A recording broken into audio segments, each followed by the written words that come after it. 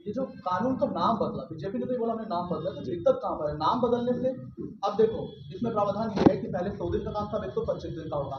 दूसरा बीजेपी के एक बार सब ना बोल, एक बार जवाब हम बाद में देंगे, एक बार सब 2-2 मिनट बोलते हैं, उसके बाद आप बोलना। कोई बात नहीं, बोलने दो।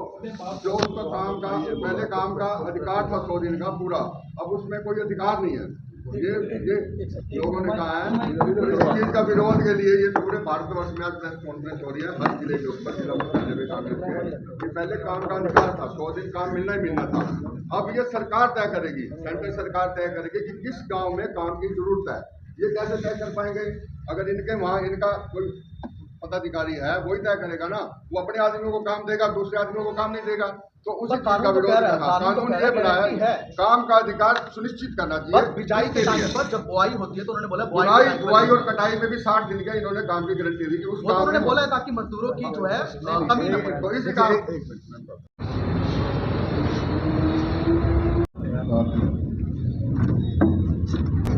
आज का मुद्दा मनरेगा स्कीम को लेकर के है। हमारे बीच में हमारे जिला के प्रभारी माननीय सुरेश गुप्ता जी कार्यकारी अध्यक्ष हैं और हमारे प्रभारी हैं, वो हमारे बीच में पहुँचे हैं। मैं उनका जिला कांग्रेस कमेटी पानीपत की तरफ से स्वागत करता हूँ और अभिनंदन करता हूँ। और आज का जो कार्यक्रम है, जो रूपरेखा है, माननीय गुप्ता जी आप लोगों को विस्तार से बताएंगे। गुप्ता जी।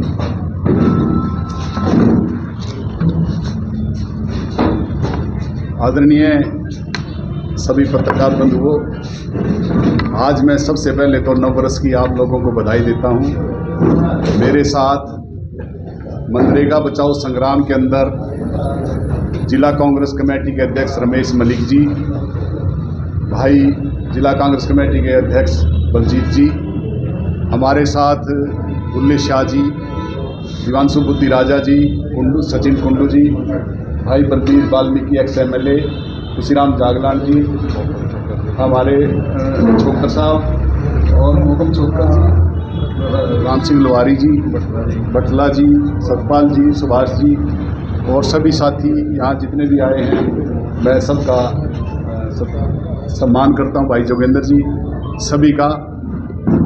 आज भारतवर्ष के अंदर, पूरे भारतवर्ष में हमारे नेता राहुल गांधी जी और राष्ट्रीय अध्यक्ष खड़गे जी ने, जो भाजपा सरकार ने, RSS की सरकार ने, केंद्र की सरकार ने, मोदी जी की सरकार ने महात्मा गांधी जी के जो मनरेगा कार्यक्रम 2005 में भारत के प्रधानमंत्री, पूर्व प्रधानमंत्री डॉक्टर मनमोहन सिंह जी ने और देश की एक महान नेता सोनिया गांधी जी, उस वक्त राष्ट्रीय अध्यक्ष थी कांग्रेस पार्टी की, उनके विचार विमर्श के बाद, कांग्रेस वर्किंग कमेटी के विचार विमर्श के बाद मनरेगा का कार्यक्रम पूरे हिंदुस्तान को दिया गया, जिसमें 100 दिन की गारंटी थी काम की।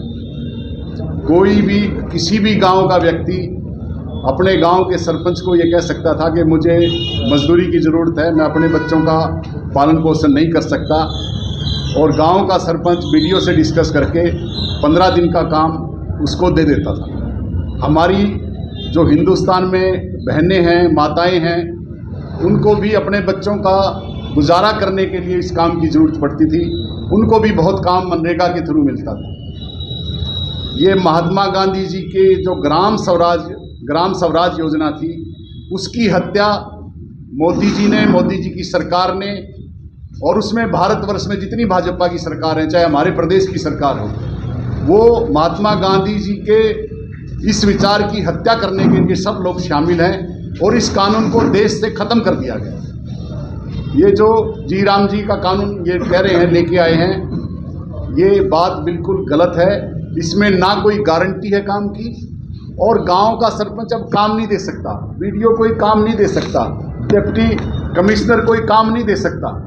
अब काम लेने के लिए मोदी जी की सरकार जो केंद्र में है, वहाँ से कोई बाबू, कोई कलरक, कोई IAS अफसर, कोई सेक्रेटरी, कोई ज्वाइंट सेक्रेटरी, वो बताएगा कि हरियाणा के फलाने गांव में काम होगा, पानीपत जिले के फलाने गांव में काम होगा।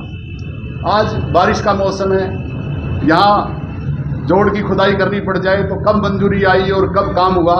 कांग्रेस ने तो गारंटी दे रखी थी। कांग्रेस ये समझती है कि एक दलित वर्ग, एक पिछड़ा वर्ग, एक गरीब आदमी, एक जनरल कास्ट का गरीब आदमी, उसका गुजारा कैसे होता है। क्यों उसका कारण है, देश की आज़ादी के अंदर लाखों लोगों ने महात्मा गांधी के नेतृत्व में, नेहरू जी, सरदार पटेल जी, भगत सिंह, चंद्रशेखर, ये लोग जो कुर्बानी दी भगत सिंह और चंद्रशेखर ने, हमारे नेताओं ने जेड़ें काटी हैं। जैसे प्रियंका गांधी जी पार्लियामेंट में कह रही थी कि आप 11 साल से प्रधानमंत्री हैं मोदी जी, और नेहरू जी ने तो 11 साल जेल में बिताए हैं। तो हम उस पार्टी के वर्कर हैं, उस देश में जिसमें कांग्रेस पार्टी ने इतना बढ़ चढ़कर काम किया है, हम उस देश के वर्कर हैं, उस कांग्रेस पार्टी के वर्कर हैं। और सारे वर्कर हिंदुस्तान में कांग्रेस पार्टी के, गाँव में जितने हैं बहादुर, जो राहुल गांधी जी कहते हैं, इनके बहादुर साथी हैं। और हम कड़ी आलोचना मोदी जी की सरकार की करते हैं। हमारे जो कार्यक्रम हैं वो इस प्रकार हैं। वैसे तो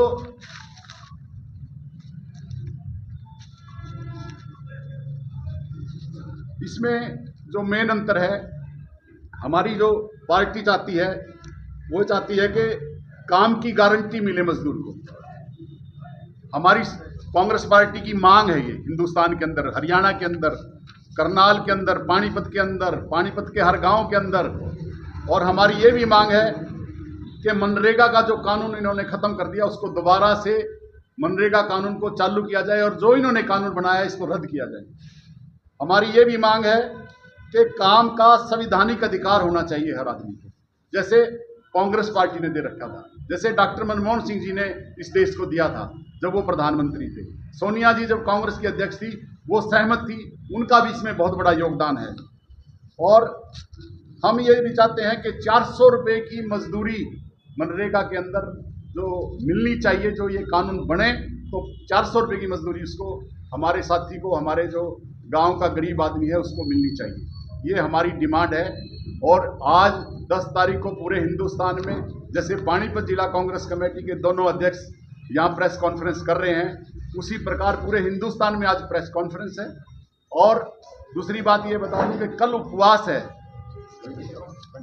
महात्मा किले, पुराने किले के ऊपर महात्मा गांधी जी की प्रतिमा है, वहाँ पे 11 से 4 बजे तक मैं सभी पूरे जिले के कांग्रेस के साथियों को, पूरी जनता को ये मतलब निवेदन करता हूं कि जितने भी साथी उसमें आ सकें वहाँ पहुँचें। और 12 से लेकर 29 तारीख तक हम गांव स्तर पर हर जगह जाकर अपने गांव में जाके लोगों से बात करेंगे।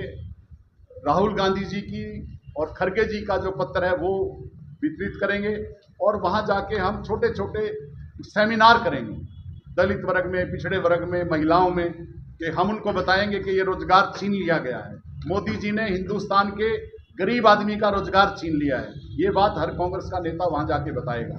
30 तारीख को जिस दिन गोडसे ने महात्मा गांधी की हत्या की थी, उस दिन हम हमारी 4 विधानसभा है, उसमें कई जगह पर हम मतलब धरना रखेंगे, शांतिपूर्वक धरना होगा। और 31 तारीख से 6 तारीख तक जिला स्तर पर हमारे धरने प्रदर्शन जो भी हमारी पार्टी तय करेगी जिला स्तर पर हमने करने हैं।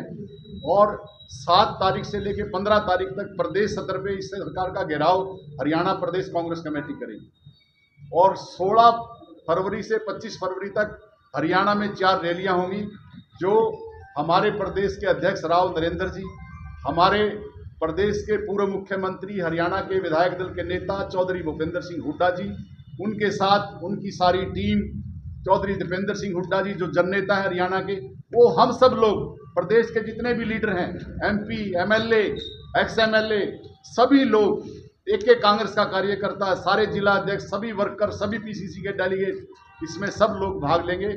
और सब ने भाग लेकर इसको, मनरेगा का जो कानून है जिसकी हत्या मोदी जी ने और उनकी सरकार ने की है, इसमें हमारी ये डिमांड रहेगी कि उसको वापस लिया जाए। अब हमारे जिला के अध्यक्ष भाई रमेश मलिक जी, फिर बलजीत जी, फिर हमारे दिवांशु बुद्धि राजा जी, हमारे शाह जी अपनी अपनी मतलब बात रखेंगे, और मैं उनसे अनुरोध करूंगा कि रमेश मलिक जी अपनी बात को बताएं। नमस्कार साथियों, आज का जो प्रोग्राम है, आज का मनरेगा बचाओ संग्राम के नाम से जो कांग्रेस पार्टी ने आप लोगों के बीच में लेकर के आए हैं हम लोग, मैं 2005 में जब ये मनरेगा प्रोग्राम आया था केंद्र सरकार की तरफ से, उस टाइम में मुझे भी मौका मिला था काम करने का। 2005 से 10 तक मैं भी ब्लॉक समिति पानीपत का चेयरमैन रहा था। मुझे भी पता है ये मनरेगा स्कीम गरीब आदमी के लिए, मजदूर आदमी के लिए कितनी कारगर सिद्ध हुई थी, और उसमें हमने काम किया था।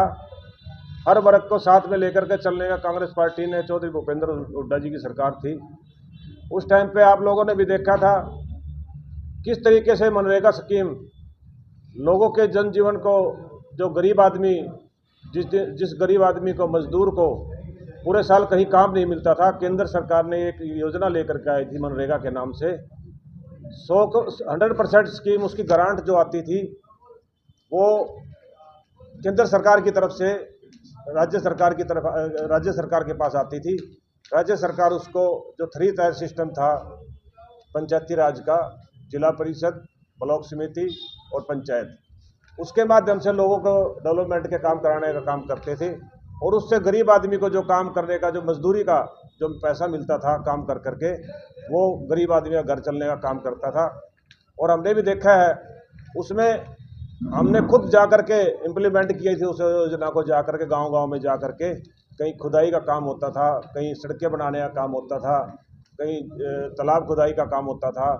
इस तरीके से हम जा कर के वहाँ पर जो मजदूर उस टाइम पे वहाँ काम करते हैं, उसके बच्चे जो होते हैं उनके भी, मान लो धूप में काम कर रहे हैं तो सरकार की जिम्मेवारी होती है, उनके बच्चे जो वहाँ खेल रहे होते हैं उनके लिए हम छतरी लगा करके, वहाँ कोई टेम्परेरी आसमाना लगा करके, उनके बच्चों का रख रखाव करके, उनके पानी की व्यवस्था करके, सरकार की सारी जिम्मेवारी होती थी।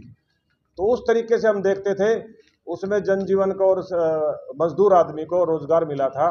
और ये इस तरीके बीजेपी सरकार ने, अब आप लोगों ने देखा है, इस सरकारी स्कीम का नाम बदल करके जो इस मनरेगा स्कीम को ख़त्म करने का काम कर रही है, गरीब आदमी को और मजदूर आदमी को कमज़ोर करने का, और उनको जो उनका रोज़गार मिला हुआ था उसको ख़त्म करने का काम बीजेपी सरकार कर रही है।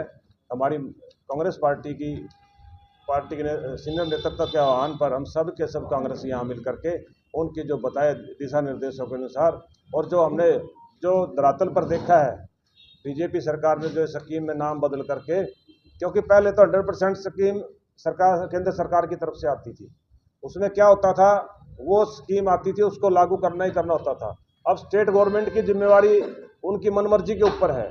पहले वो काम का अधिकार था, मजदूर आदमी ने, किसी भी मजदूर आदमी ने सरपंच को जाकर, ब्लॉक बीडीओ को जाकर या सेक्रेटरी को जाकर के अपनी एप्लीकेशन देता था, उसको 15 दिन के अंदर अंदर उनकी जिम्मेवारी बनती थी, सरकार की, बीडीओ की उनकी जिम्मेवारी बनती थी, वो उनको 15 दिन के अंदर अंदर काम मुहैया कराया जाए।